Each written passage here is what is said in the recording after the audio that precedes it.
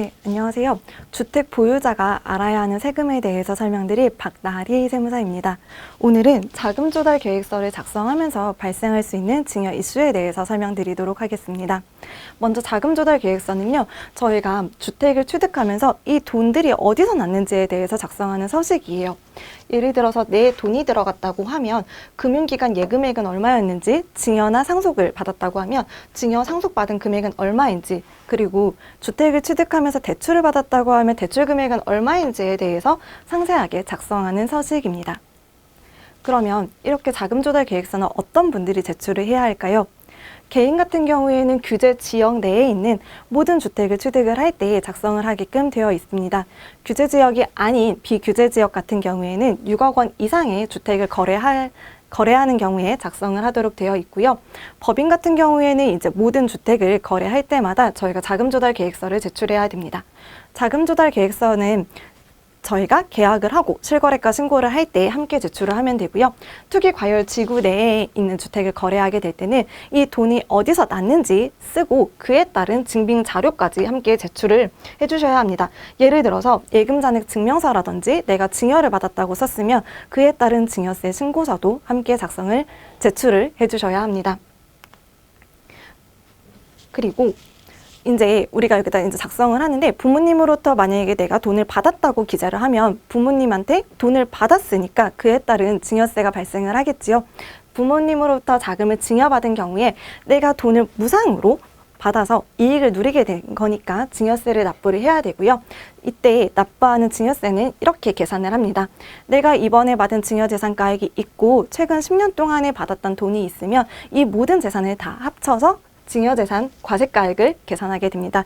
여기서 증여재산 공제를 차감을 하는데요. 성년 같은 경우에는 5천만 원까지 차감이 가능하고 미성년자 같은 경우에 2천만 원까지 차감이 가능합니다.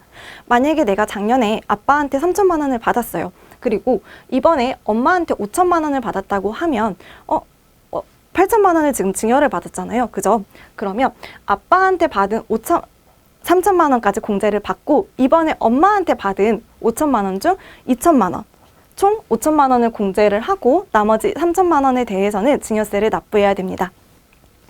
이렇게 나온 갖고 증여세 과세가액에서 증여재산 공제를 차감을 하고 나온 과세 표준에 세율을 곱해서 산출세액을 계산을 하게 되는데요. 만약에 내가 5억 원을 증여받았다고 하면 5억에서 20%를 곱한 1억 원에서 누진공제액 1천만 원을 차감을 한 9천만 원에 대해 증여세를 납부해야 됩니다. 증여세를 이렇게 내가 잘 신고를 하면 나라에서 이제 신고세액 공제라는 걸 해줘가지고 신고세액 공제와 만약에 내가 10년 이내에 자산을 합산한 게 있다면 그때 납부했던 증여세를 공제를 해서 기납부세액으로 차감을 한 총 납부할 증여세로 납부를 하게 됩니다. 그러면 우리가 부모님으로부터 돈을 받을 수도 있고요. 아니면 돈을 빌려올 수도 있잖아요. 돈을 빌리면 내가 돈을 빌려옴으로써 또 이익을 누린 걸로 봐서 여기에 따라서도 증여세가 과세가 될 수가 있는데요.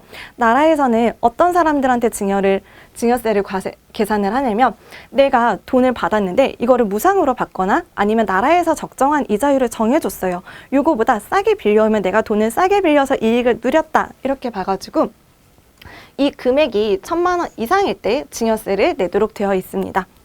요거 같은 경우에 만약 보면요. 저희가 2억 원을 무상으로 빌려왔어요. 그럼 2억에서 나라에서 정한 이자율, 적정 이자율 4.6%를 곱하면 920만 원이 되니까 지금 1천만 원이 안 되죠. 그래서 증여재산가액이 없지만 만약에 내가 6억 원을 무상으로 빌려왔는데 6억 원에서 적정한 이자율을 곱하면 지금 2,760만 원이 되니까 이 금액이 증여재산가액이 돼서 증여세를 납부해야 됩니다. 그러면 저희가 무상으로 빌려올 수도 있지만 시세보다 싸게 빌려올 수도 있죠.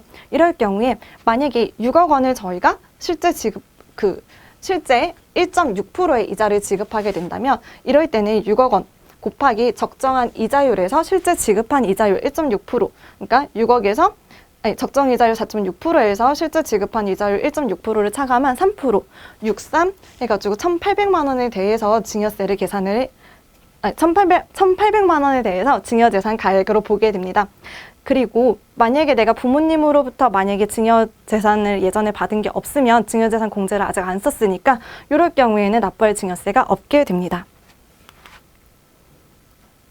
부모님으로부터 자금을 빌려받아서 내가 이 돈을 몇 년 동안 빌릴 수 있잖아요. 그럼 이럴 때는요, 저희가 증여재산 가액, 요걸 계산을 할 때는 1년이 지날 때마다 증여재산 가액을 계산을 하게끔 되어 있고요. 부모님으로부터 내가 자금을 빌렸다고 할 때는 나라에 내가 이걸 빌렸다는 걸 충분하게 소명을 해줘야 돼요. 그래서 차용증을 작성해 주시는 게 좋고요. 이렇게 빌려온 금액은 추후에 사후 관리를 꼭 해주기 때문에 반드시 상환을 해주셔야 합니다. 차용증을 작성을 할 때는요, 채권자와 채무자의 인적 사항, 이름, 주민등록번호, 그리고 대여 금액, 대여 기간, 이자 비용, 지급 시기 등 내가 이 돈을 빌려와서 언제까지 상환을 할 거고 이자는 어떻게 갚아 나갈 건지에 대한 상세한 내용을 기재해 주셔야 되고요. 이자 수익을 받은 부모님의 입장에서는 내가 돈을 빌려주고 이득을 번 거예요. 그렇기 때문에 이 이자 소득에 대해서 소득세 신고를 꼭 해주셔야 됩니다. 오늘은 자금 조달 계획서를 작성을 하고 부모님으로부터 돈을 받거나 빌려왔을 때 발생하는 증여 이슈에 대해서 살펴보았습니다. 네, 감사합니다. 박나리 세무사입니다.